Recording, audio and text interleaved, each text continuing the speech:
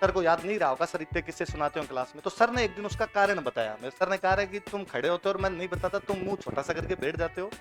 का रीजन है, मैं ये चाहता हूँ कि जो चीज अभी तुम्हें समझ में नहीं आई, ये कम से कम शाम तक तो तुम्हारे दिमाग में घुले, शाम तक तो तुम्हारे दिमाग में चले, ये बार बार क्लिक हो कि ये क्या हुआ, क्यों नहीं आया, इज क्यों लगा, यहाँ पे आर क्यों नहीं लगा था, या डू क्यों लगा, डज क्यों नहीं लगा था। और यदि खुद इस प्रोसेस के अंदर जाओगे ना, तो चीजें अपने आप आ जाएगी। तो सर मारवाड़ी में कहते हैं कि ज्ञान ही उपजनो चाहिए, हृदय से उत्पन्न ज्ञान होगा तो चीजें हमेशा याद रहेगी। पर वो थिंकिंग प्रोसेस, वो जो थॉट प्रोसेस, वो जो लगातार दिमाग में ना, वो तब होगा जब दिमाग खाली है। हमने दिमाग को खाली रखना ही बंद कर दिया। हमारा दिमाग अन्य कई प्रकार की चीजें हुआ है।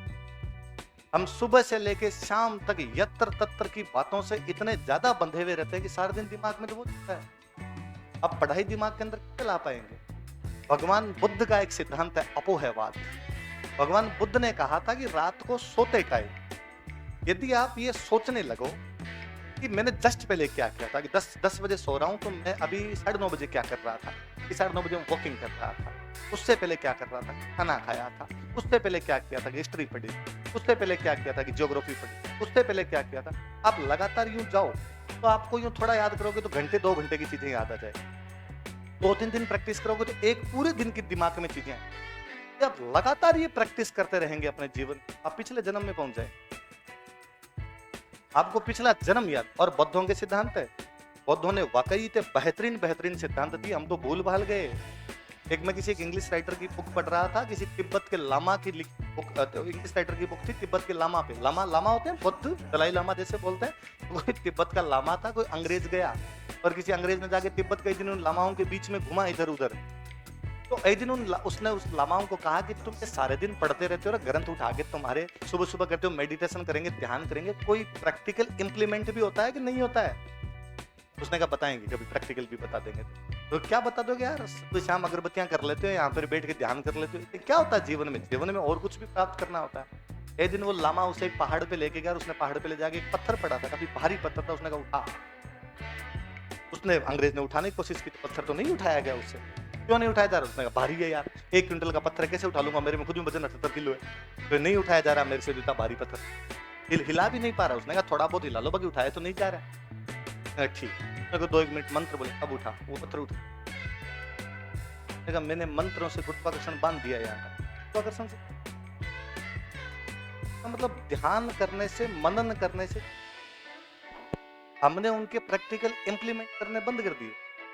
प्रैक्टिकल इंप्लीमेंट करने बंद इसलिए कर दिए कि अब हमारे दिमाग में बहुत कुछ चीजें चलती। पढ़ाई के लिए सबसे अधिक जरूरी है कि दिमाग बाकी सारे वायरस से खाली रहे। आप कई बार नहीं कहते कि मोबाइल के अंदर की हैंग होने लग गया, क्यों? चीजें ज्यादा है, स्पेस फुल हो गया है ना। मैं फोटो डिलीट कर दूं, मैं इसमें ये कोई वीडियो डिलीट कर दूं, मैं इसकी मूवी डिलीट कर दूं तो चलने लग जाएगा। दिमाग भी तो होता ही होगा। खाली रखा जा सके खाली रखा।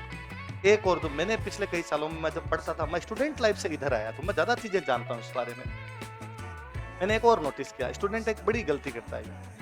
आप सुबह की शुरुआत जब भी करते हैं, कितने बजे से करते हैं, व्हाटएवर, आप 6 बजे उठते हैं, आप 7 बजे उठते हैं, 8 बजे उठते हैं, मैं कतई नहीं कहूंगा कि आप सुबह सुबह उठ जाया करें, जल्दी उठ जाया करें। आपका बायोलॉजिकल क्लॉक जैसे आपको मन नहीं करे वैसे कर लिया जाए।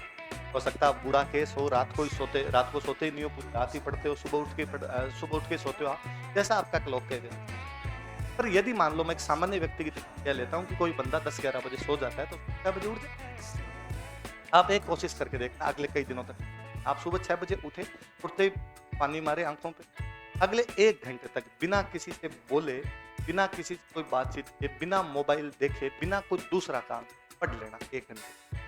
और ऐसा काम 6-7 दिन कर, आप देखेंगे कि उस 1 घंटे में, क्योंकि दिमाग खाली है। हम सबसे बुरा ये करते हैं कि सुबह उठते ही या तो अपने रूममेट के साथ में इधर उधर की बातें करते हैं, या मोबाइल छेड़ लेते हैं सुबह उठते, और इससे भी बुरा काम करते हैं कि हम अखबार पढ़ लेते हैं। अखबार स्टूडेंट लाइफ में सुबह नहीं पढ़ी। अपने पापा जी की उम्र वाले लोग आज भी यदि सुबह सुबह कोई अखबार पढ़ने बैठ जाए तो कह देते हैं, अरे तू कलेक्टर है, सुबह सुबह अखबार लेके बैठ गए। इसका मतलब है अखबार सुबह सुबह वो पढ़े जो एकदम खाली है। अखबार शाम को पढ़ा जाए जब आप सोने वाले हो, क्योंकि यदि सुबह सुबह अखबार पढ़ लिया तो उसमें जितनी चीजें हैं अखबार में वो पूरे दिन दिमाग में घूमेगी, उसके अंदर बाद में आएगा। कि केजरीवाल ने कहा कि मोदी देते हैं, अमित शाह ने कहा कि नहीं केजरीवाल दानव है। क्या आपको लगता है कभी ये सवाल पूछा जा सकता है कि अमित शाह ने केजरीवाल को क्या कहा था, दैत्य, दानव, राक्षस और असुर? ये तो नहीं पूछा जाएगा ना कभी भी सवाल, पर वो दिमाग में पूरे दिन को नहीं। इसलिए सुबह सुबह दिमाग खाली रखा जाए, 1 घंटे तक तो अपने साथ वाले से बातचीत नहीं, केवल और केवल पढ़ाई की जाए। इसके अलावा और कुछ एक काम और किया जाए, रात को सोते टाइम कि भगवान बुद्ध वाला अपने को न तो गुरुत्वाकर्षण बांधने, ना अपने को पिछले जन्म में जाना है। आप तो इतना कर लिया करें कि आप 10 बजे सो रहे हैं, हो सके तो सोने से 1 घंटे पहले तो मोबाइल छोड़ ही दिया जाए। 1 घंटे पे भाई 10 बजे सोना तो 9 बजे बाद मोबाइल के हाथ नहीं लगाऊंगा, 9 बजे सोना तो 8 बजे बाद मोबाइल। वो तो 1 घंटा अपने को हाथों हाथ पड़ते ही नींद आती नहीं। ज्यादातर के साथ समस्या है, करवटें बदलते, सारी रात हम टाइफाइड पील लेते। तो आप 10 बजे सोते हैं तो अपने को 11 बजे नींद आती है, 10:30 नींद आती है, 11:45 नींद आती है। उस आधे पौने घंटे का जो टाइम है, 2 सब्जेक्ट अभी पढ़ा था उसका पढ़ाई वो कतई नहीं है जो किताब खोल के की, भाई वो है जो किताब बंद करने के बाद होती है। किताबें खोल के तो हर कोई पढ़ ही रहा है। सर इंग्लिश पढ़ाते तब कहते, मैं जब वहां गया तो हमारे स्प्रिंग बोर्ड के ओनर है दिलीप सर, वो हमेशा हिस्ट्री पढ़ाते हुए कहते कि यदि नोट्स बंद करने के बाद, किताब बंद करने के बाद आपके दिमाग में वो मैटर चल रहा है, तब तो आप पढ़ाई कर रहे हो। और यदि नोट्स बंद करने के बाद वो मैटर आपके दिमाग में नहीं चल रहा है तो इंग्लिश के लिए सर हमेशा कहते कि भाई सोते, जागते, उठते, बैठते प्रोसेस में इंग्लिश आ जानी चाहिए। तो फिर थोड़े दिनों के अंदर आपके विचार इंग्लिश में आने लग जाएंगे। विचार जिस भाषा के अंदर आते हैं वो भाषा आपको इजी लगेगी। अभी भी अपने को विचार कौन सी भाषा में थे? मारवाड़ी में। इसलिए बहुत इजी है। अपने को मारवाड़ी बोलते समय अजीब थोड़ी लगता है, जबकि हिंदी भी बोलते समय अपना हिचकिचाते हैं। वो 4 ढंग के हिंदी बोलने वाले तो अपने लगता है अपने ना बोलना पड़े तो ठीक है, क्योंकि अपने से कुछ ना कुछ इधर उधर वाला निकले बिना रहेगा नहीं। अपने से आधे से बोले जाएंगे नहीं है। मैं अभी तक सोचता हूँ कोई ढंग का हिंदी बोलने वाला हो तो मैं यूं बोलने से पहले मैं क्लास में भी कोशिश करता हूँ कि जहां जहां आधे से आते हैं वहां वहां ध्यान से बोल, आधे अक्षर जहां भी आते हैं। क्योंकि मैं बीकानेर का हूं, मैं बोलूंगा विकल्प, संकल्प, आत्महत्या, पर्याप्त, आत्मघाती, क्योंकि होता है आत्मघाती, आत्महत्या, विकल्प, संकल्प। मैं गंगानगर साइड में पढ़ा इसलिए मैं आज ही बोलता हूँ स्प्लेंडर, स्कॉर्पियो, सकूल, क्योंकि ये भाषा के अंदर है, क्योंकि इसमें थॉट प्रोसेस नहीं है। मेरा थॉट प्रोसेस अभी भी मारवाड़ी के अंदर है। तो आपका एनवायरनमेंट जो है वो जिस प्रकार का होगा, कोई भी सब्जेक्ट, कोई भी चीज तभी समझ में आ पाएगी, वरना वो सब्जेक्ट या कोई चीज समझ। अक्सर लोग और कहते हैं कि सर आपने पढ़ाया तो हमारी हिस्ट्री समझ में आ गई। ऐसा नहीं है। यहाँ का कोई भी सब्जेक्ट तब समझ में आ जाएगा जब आप उसको अपने हिसाब से नरेट करना शुरू करें। मैंने शायद हिस्ट्री को मेरे वे में ले जाके नरेट करना शुरू कर, बच्चों को डायरेक्टली वो हिट कर गया, इसलिए उनको इतनी चीज समझ में आने लगी। सबको नहीं आती, खूब सारे लोगों को अभी मेरे से पढ़ने के बाद भी नहीं है, लेकिन बहुत सारे लोगों को आने लग गई, क्योंकि मेरा और उनके नरेट करने का जो तरीका था वो एक जैसा।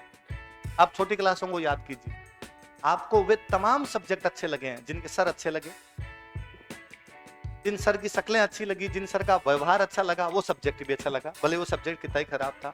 और जिन सर की शक्लें अच्छी नहीं लगी या जिनका व्यवहार अच्छा नहीं लगा, जो अपने को खोड़ने लगे, वो सब्जेक्ट भी नहीं आया, भले ही उन सर ने कितना ही अच्छा पढ़ा दिया। सर बुरा नहीं मानेंगे, गणित और अंग्रेजी वाले मास्टर कभी अच्छे नहीं लगे। उल्टा अपने ये सोचते थे कि ये बीमार क्यों नहीं होते।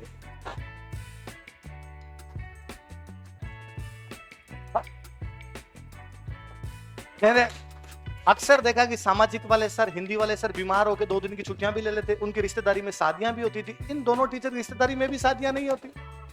ये बीमार भी नहीं होते, ये डेली आ जाते हैं। अपने को कभी उतना है। और इनमें भी 6ठी, 7वीं, 8वीं, 9वीं, 10वीं, उनमें किसी एक क्लास में इंग्लिश के सर अच्छे आगे, मैथ्स के सर अच्छे आगे, वो क्लासें बोलते, वो सब्जेक्ट भी बोलते। इसका मतलब था कि हमारी और उनकी फ्रिक्वेंसी मैच कर गई।